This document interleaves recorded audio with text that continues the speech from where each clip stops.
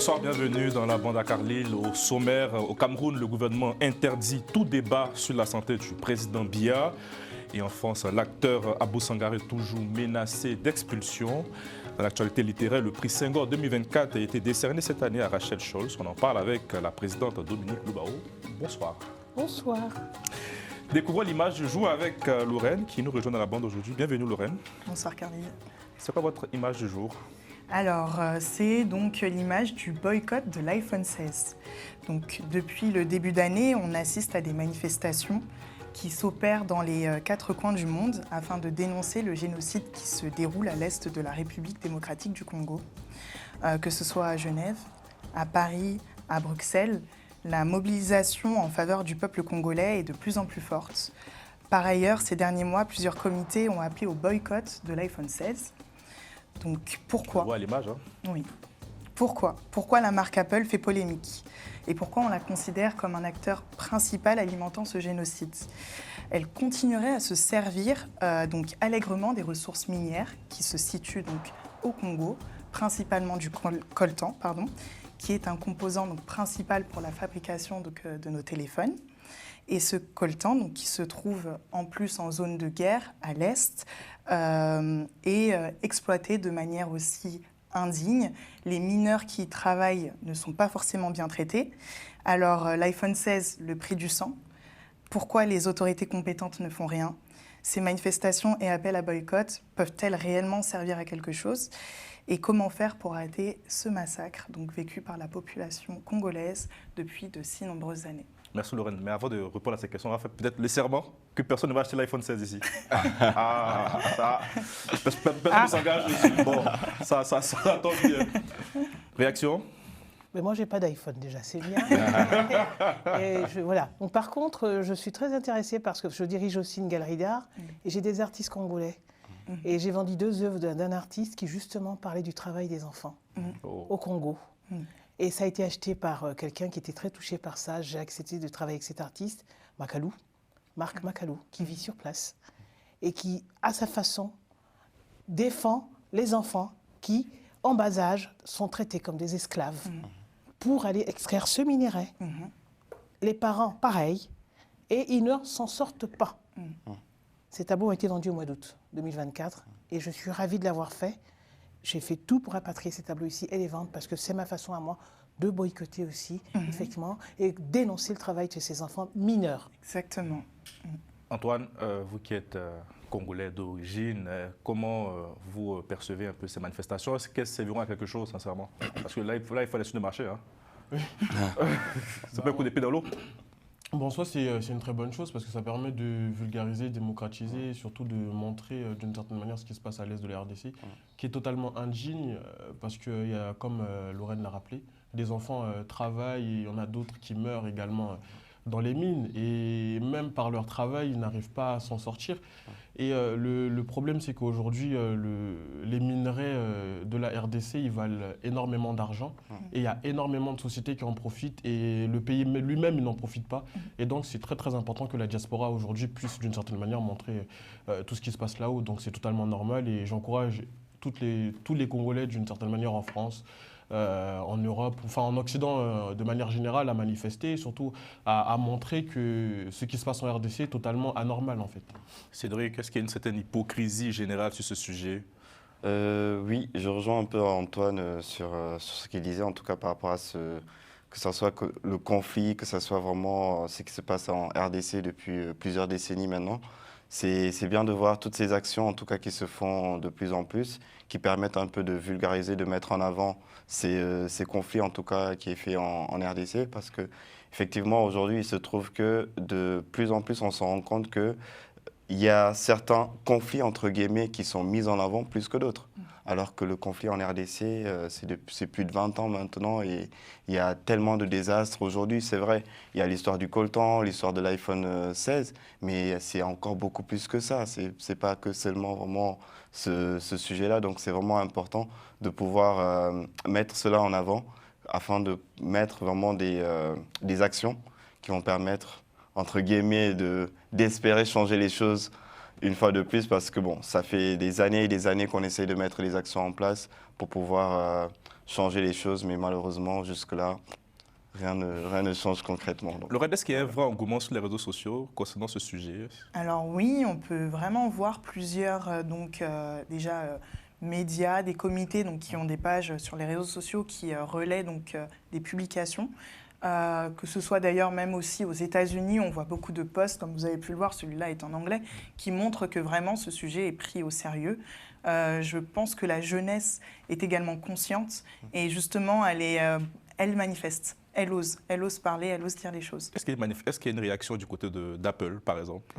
Rien. Malheureusement, on n'a pas l'impression, en tout cas, que les industries parlent. Et en même temps, c'est un secret de polichinelle. On est au courant de ce qui se passe. Mais ça arrange. Le crime arrange et profite.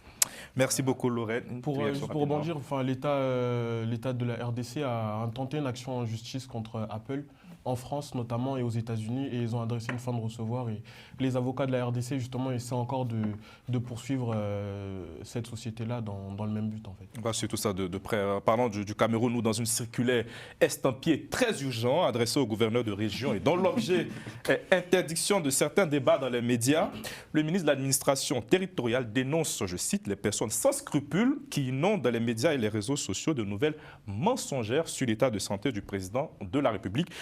Les contrevenants s'exposent à des peines allant jusqu'à 3 ans d'emprisonnement. Bon, comme nous sommes légalistes ici, on ne parlera pas de la santé du président Biya, mais par contre, j'aimerais vous demander, quel regard portez-vous sur la communication politique des palais africains? Parce que si le président Biya, il se porte bien, en principe, on le montre à la télévision, hein, c'est très simple. Mais bon, on ne reste pas dessus. On va de manière générale. Je dirais que les présidents, ils ne se montrent pas notamment tout le temps, et le président Biya, c'est un président qui se montre assez déjà rarement, et je pense qu'il travaille en coulisses d'une certaine manière. Non, mais pas forcément chez le président Biya. Est-ce qu'il n'y a pas une faille au niveau même de la communication des palais africains? Parce que pourquoi multiplier des communiqués comme ça? C'est pas la première fois, la rumeur est dure depuis une semaine, quasiment.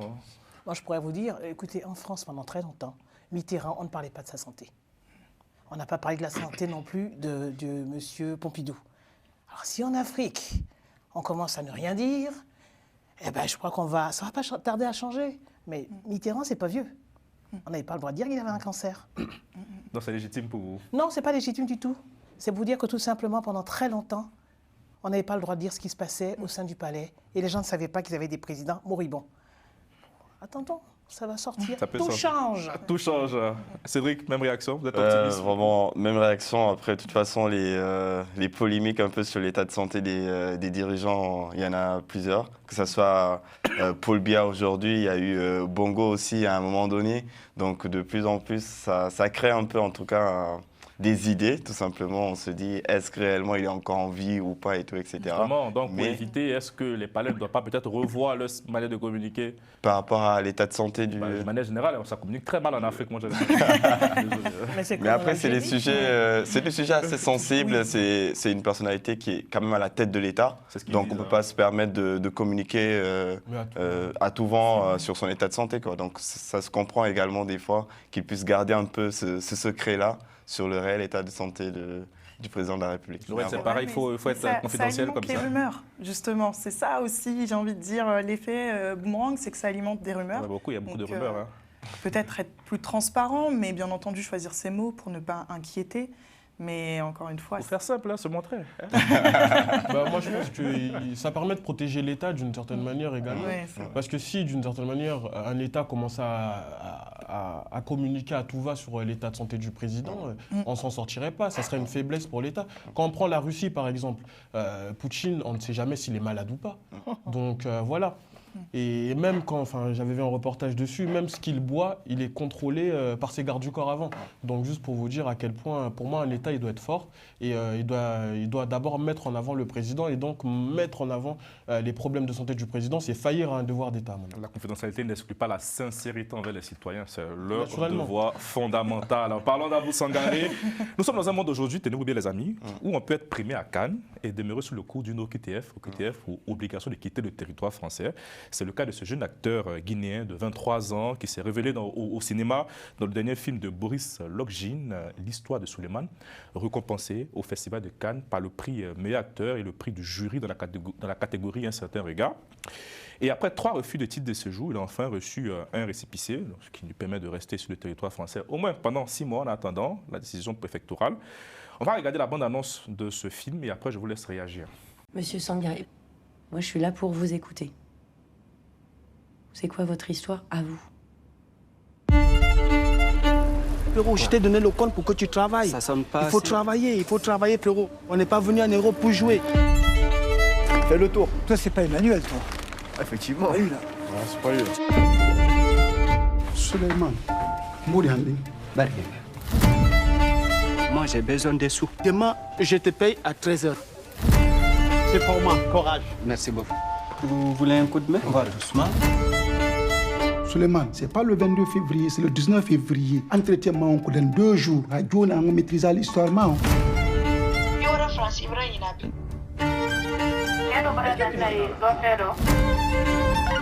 y a un problème avec le code, là.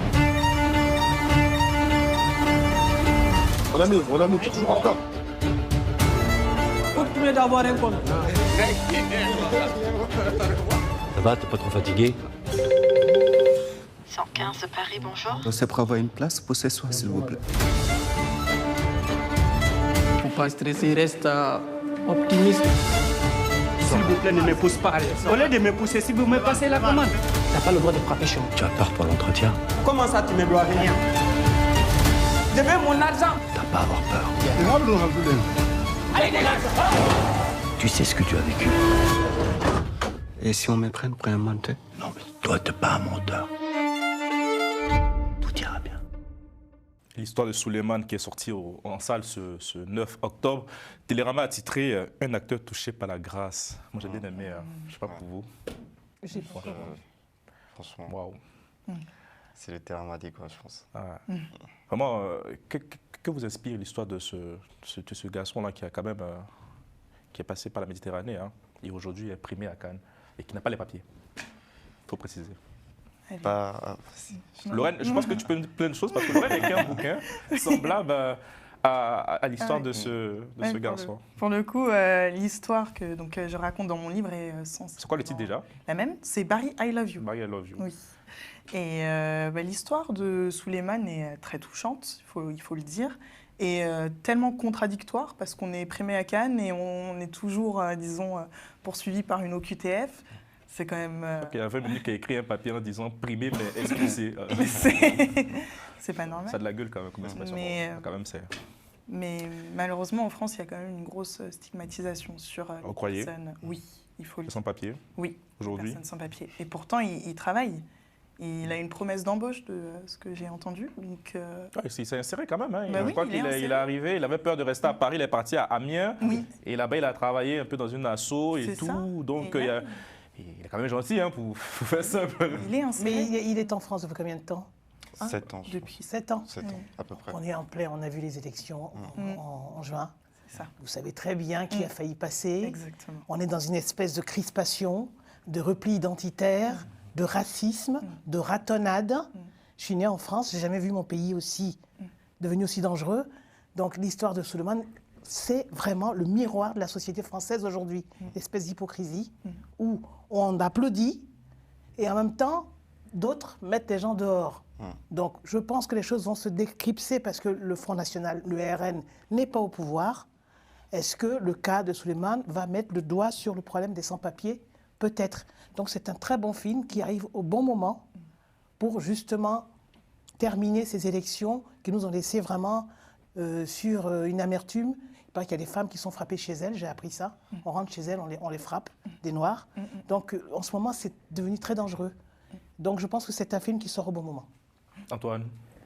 Je pense pareil, mais au niveau politique, la France est dans une espèce de bulle où on a l'extrême droite qui a failli passer au pouvoir également. Et aujourd'hui, quand on voit le ministre de l'Intérieur, M. Bruno Retailleau, qui veut aller plus vite sur les OQTF, donc on s'est dit, Et c'est d'une certaine manière problématique. Enfin, Le film, il arrive au bon moment, mais il n'arrive pas en même temps au bon moment parce que à ce moment-là, on a un exécutif qui veut vraiment, d'une certaine manière... C'est le droit souverain de tout État de contrôler l'immigration aussi, il faut rappeler. Hein. C'est vrai.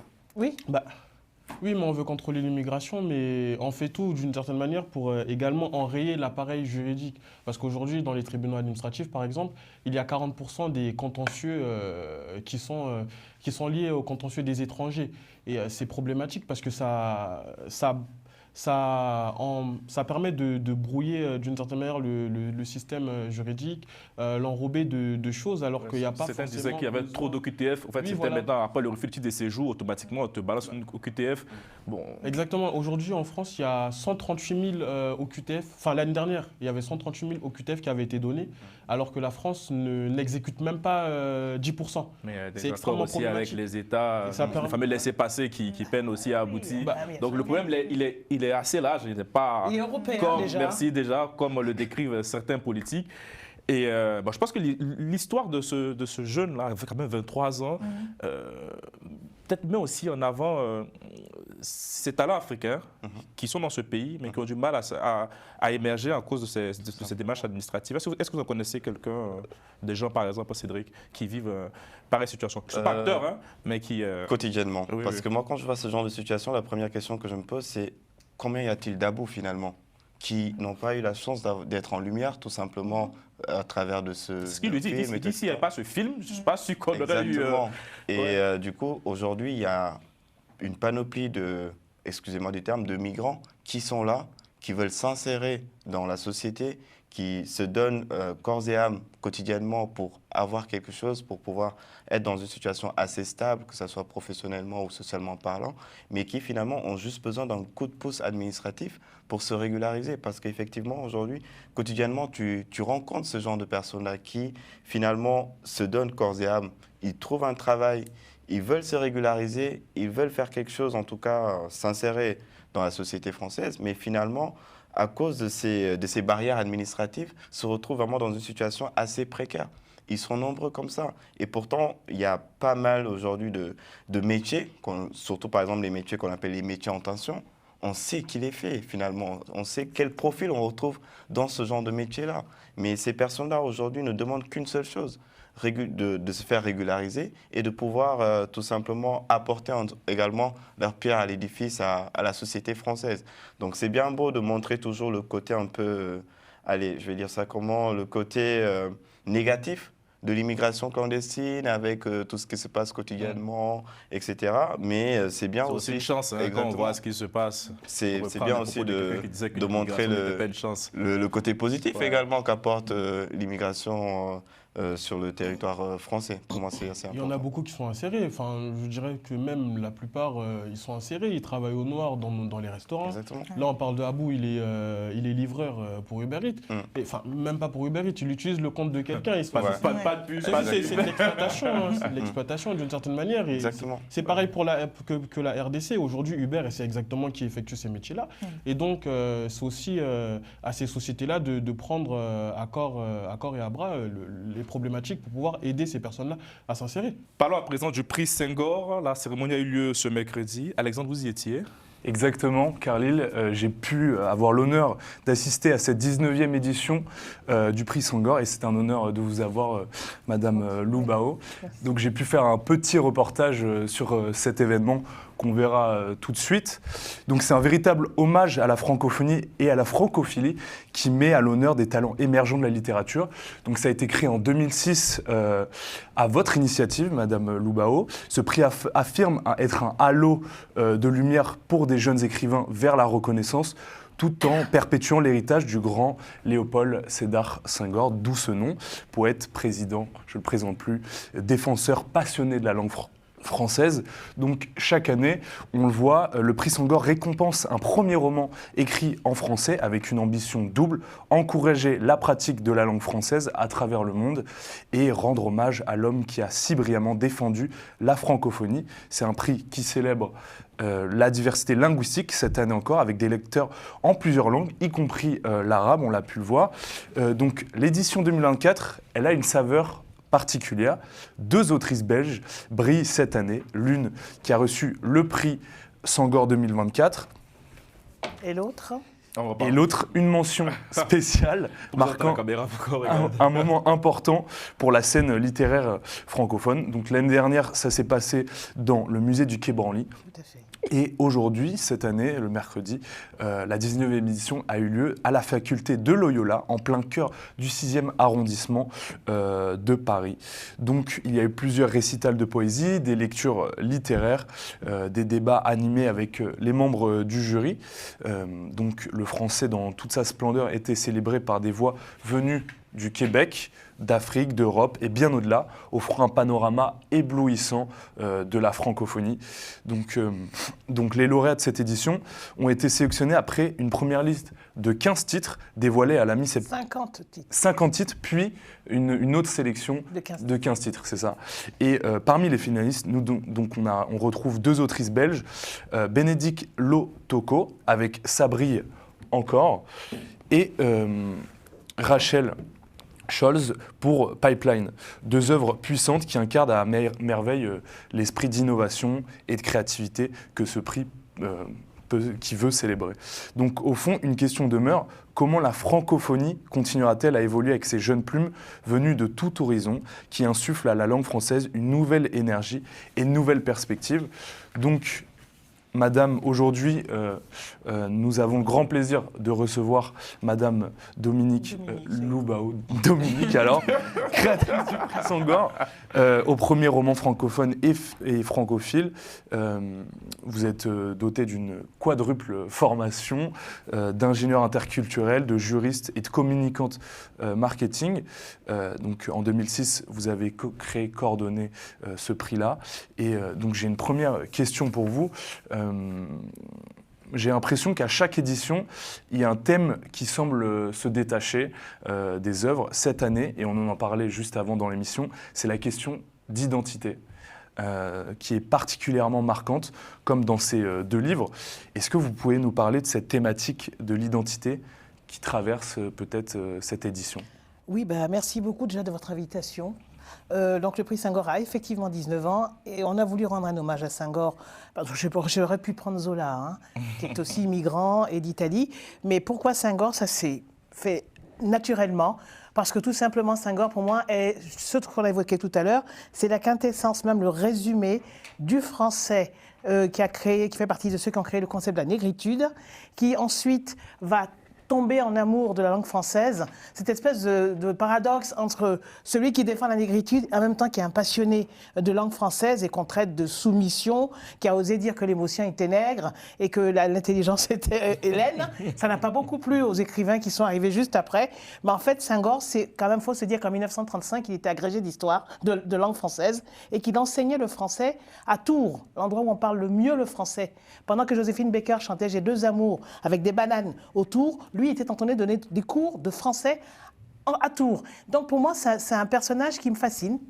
Il est sénégalais, mais il est aussi français, il est francophone, académicien, il a été académicien, il est aussi président, poète. Donc voilà, c'est un homme qui réunit tout. Président de la République, poète, académicien. Pourquoi ne pas donner son nom à un prix ? C'est magnifique. Et justement, du coup, ça se veut être un tremplin pour l'écriture francophone, mais selon vous, quelles sont les principales difficultés rencontrées par les jeunes auteurs, notamment africains, pour se faire éditer et être lus? Et peut-être comment le prix peut-il contribuer à surmonter ces obstacles? Alors moi, je vais vous répondre très simplement parce que j'ai créé le premier salon de littérature du monde noir en France. J'avais 24 ans et on m'a dit que j'étais dingue. J'ai eu Toni Morrison, Zoé Valdès, j'ai lancé Alain Maboncou, j'ai lancé pas mal d'auteurs. On m'a pris pour une dingue. Mais j'ai eu les ministères derrière moi. C'est-à-dire qu'en France, on peut faire des choses. On m'a dit, tu vas te casser la gueule. Et j'ai aidé tous les auteurs et tous ceux qui pouvaient, dans le monde entier, avec une goutte de sang noir. J'ai mis les Antillais, j'ai mis les Caribéens, je me suis battue pour faire connaître les Haïtiens. Les d'Alembert, celui qui est aujourd'hui à l'Académie française, fait partie des auteurs que j'ai fait connaître. J'ai fait revenir Amadou Kourouma en France, 3 fois de suite, avec mes petits bras. Oui, j'ai essayé de faire ce que je pouvais faire à l'époque, et ça a duré 20 ans. Au bout de 20 ans, je me suis dit, j'ai fait mon combat, j'ai travaillé pour l'Afrique, maintenant je vais travailler, et pour l'Afrique dans le monde entier, je vais maintenant travailler sur la francophonie, parce que cette langue, est-ce qu'elle nous appartient ou est-ce qu'elle nous a servi ? Eh bien non, elle nous appartient parce que la francophonie, c'est la polyphonie des langues. Quand on écrit, quand on est congolais, on écrit d'une façon, on la maîtrise, on la triture, on la pétrit de nos origines. Quand on est ivoirien, idem, quand on est d'ailleurs. Et la francophonie, c'est ça. S'il n'y avait pas ces étrangers, ces locuteurs français dans le monde entier, la langue française serait aujourd'hui une langue morte. Rapidement, qu'est-ce que la particularité de ce prix qui remporte cette année?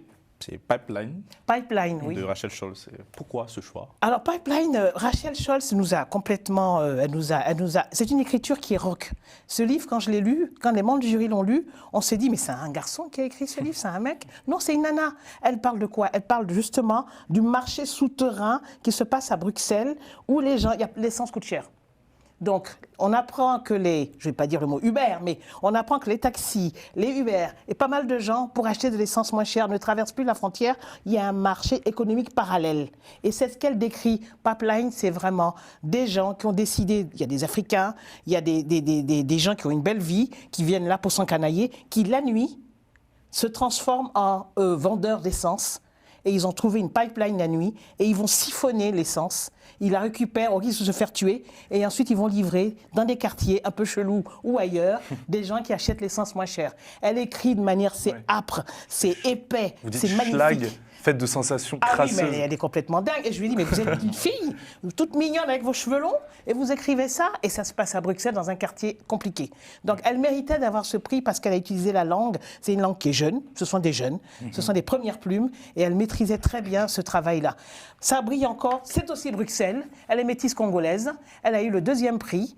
Et elle raconte Bruxelles. De Bénédicte Lotoko. C'est ça. Elle, c'est l'identité. Bénédicte Lotoko, son père, enfin, son narratrice, a un père qui est belge et une mère qui a disparu. Je crois que les mères disparaissent toujours, je ne sais pas pourquoi. Et les mères africaines disparaissent et les enfants sont élevés et se posent des questions identitaires.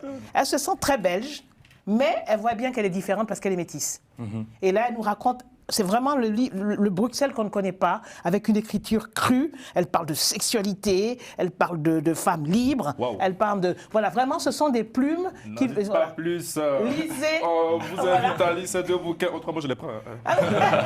Ça brille encore, de Lokoto, édition Impression Nouvelle, et au Seuil, donc Rachel Scholz, que vous avez vu aussi, pour le prix Senghor 2024. Merci beaucoup, Dominique. Nous sommes pris par le temps, on aurait continué cette belle émission. Merci Alexandre, merci Cédric, merci Antoine et merci à notre nouvelle chroniqueuse Lorraine. Bravo pour cette première chronique. Merci à vous. Merci pour l'invitation. Merci beaucoup. Merci à la réalisation, à Romain Cléco de Menck et merci à nos téléspectateurs, bien sûr. Sans vous, nous ne pouvons exister, nous pouvons faire notre travail. Donc portez-vous bien, bon week-end et à lundi.